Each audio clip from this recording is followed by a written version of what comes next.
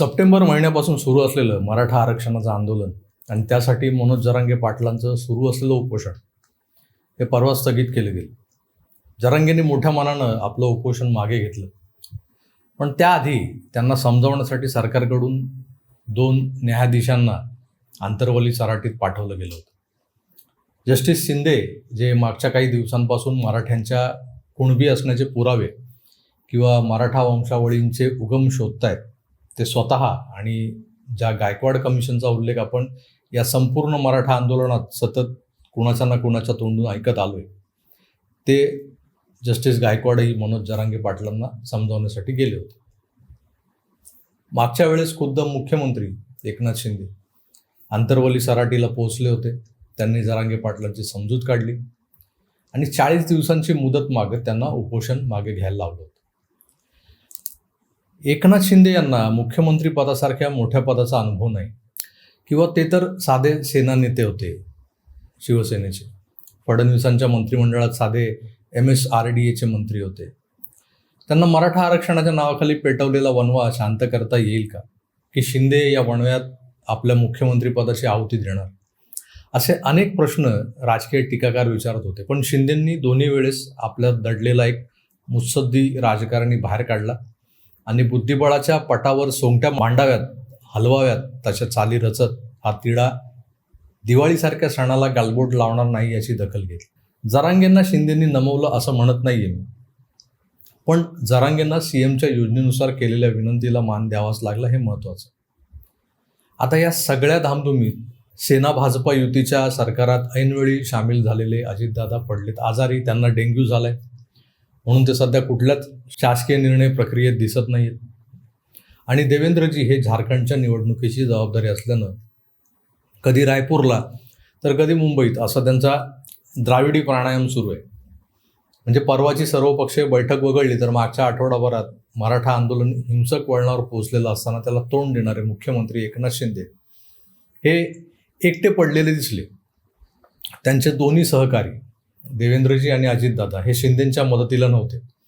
आता दादांचा डेंग्यू हा किती व्हायरल होता याबद्दल डॉक्टरच सांगतील, पण देवेंद्रजी हे आपली राष्ट्रीय पातळीवरच्या नेतेपदाची जबाबदारी सांभाळत राज्यातला कहर आटोक्यात यावा यासाठीही प्रयत्नशील होते. सोमवारी दिवसभर रायपूरला असणारे देवेंद्रजी संध्याकाळी मुंबईत उतरले आणि त्यांच्या बैठका सुरू झाल्या. आधी पक्षाची कोर कमिटीची बैठक, नंतर सह्याद्रीवर CM सोबत बैठक, नंतर पोलीस आयुक्तांसह बैठक, मग मंत्रिमंडळातल्या सहकाऱ्यांसोबत. पहाटेपर्यंत या बैठका सुरूच होत्या. देवेंद्र फडणवीस आणि एकनाथ शिंदे यांचं दुकान बंद होण्याच्या वेळा या निर्धारित नाही आहेत. काम सुरू झालं की झालं, संपणार कधी, शटर खाली कधी घेणार हे विचारायचं नसतं. दिवस रात्र मेहनत करून देवेंद्रजींनी कायदा सुव्यवस्था नियंत्रित करण्याचे आराखडे तयार करून घेतले, पोलिसांना तशा सूचना दिल्या आणि मग शिंदेंनी त्यांचा हुकमी एक्का बाहेर काढला. आंतरवली सराटीत मंत्र्यांना, आमदार खासदारांना गावबंदी असताना उदय सामंत, अतुल सावे, संदीपान भुमरे, धनंजय मुंडे आदी मंडळी जरांगेंची समजूत काढायला पोहोचले. सोबत जस्टिस शिंदे आणि गायकवाड देखील होते. जरांगेंना शांत करण्यासाठी गायकवाड कमिशनमधल्या काही जुन्या मुद्द्यांची उजळणी झाली. जस्टिस शिंदेंनी नव्या योजना समजावल्या आणि पुढची मुदतवाढ घेतली. खरं तर दरम्यान महाराष्ट्र पेटवायला सुरुवात झालीच होती. बीड, उस्मानाबाद, केज अशा मराठवाड्यातल्या महत्त्वाच्या शहरांमध्ये ST बसेस आणि डेपोंना लक्ष केलं गेलं. सार्वजनिक मालमत्तांची नासाडी करण्यात आली. या नुकसानीचा आकडा 20 कोटींच्या घरात पोहोचलेला आहे. आमदार प्रकाश सोळंके किंवा प्रशांत बम, जयदत्त क्षीरसागर यांच्या बंगल्यांचं आणि कार्यालयांचं जे नुकसान झालंय जाणीवपूर्वक केलं गेलं. काही सामान्य जनताही आगीत होरपळली. ते नुकसान अद्याप मोजलं गेलेलं नाही. एका बाजूला हिंसाचार चरमसीमा गाठत असताना जरांगेची प्रकृती नाजूक बनत चालली होती.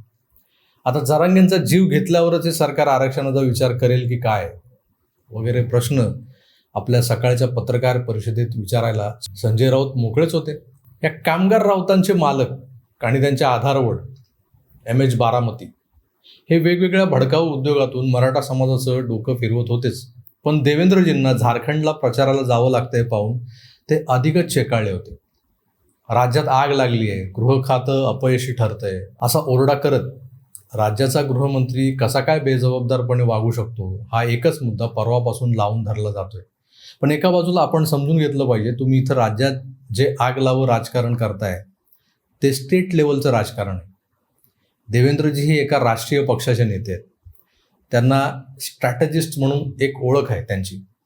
स्टार प्रचारक असं एक वलय आहे. पक्षाप्रती असलेलं कर्तव्य निभावताना ते आपलं विधीद्वारा मानित कर्तव्य, राज्याच्या गृहमंत्र्यांचं कर्तव्य देखील पार पाडतायत.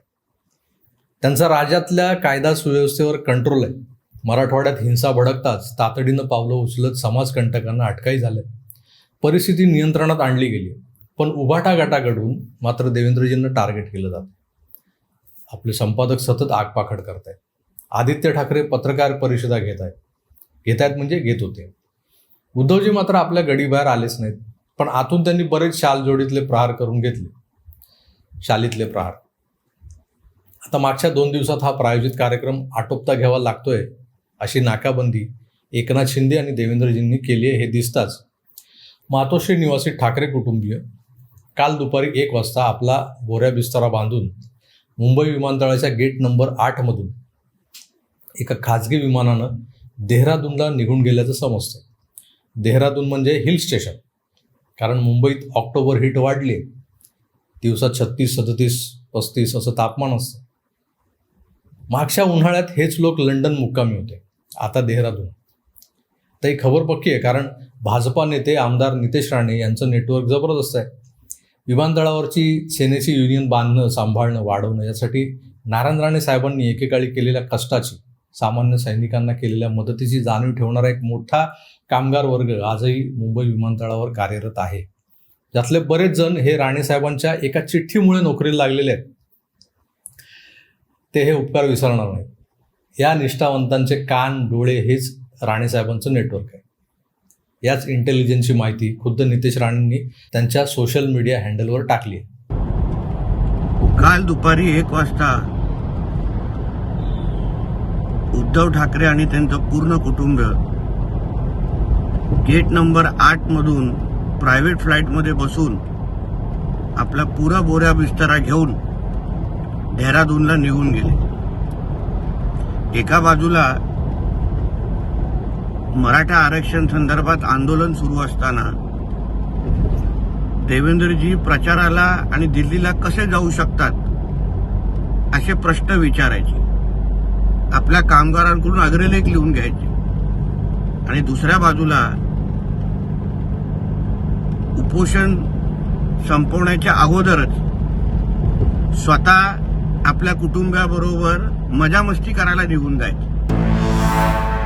आमचे देवेंद्र फडणवीसजी पक्षासाठी 365 दिवस देतात, दिवस रात्र एक करतात.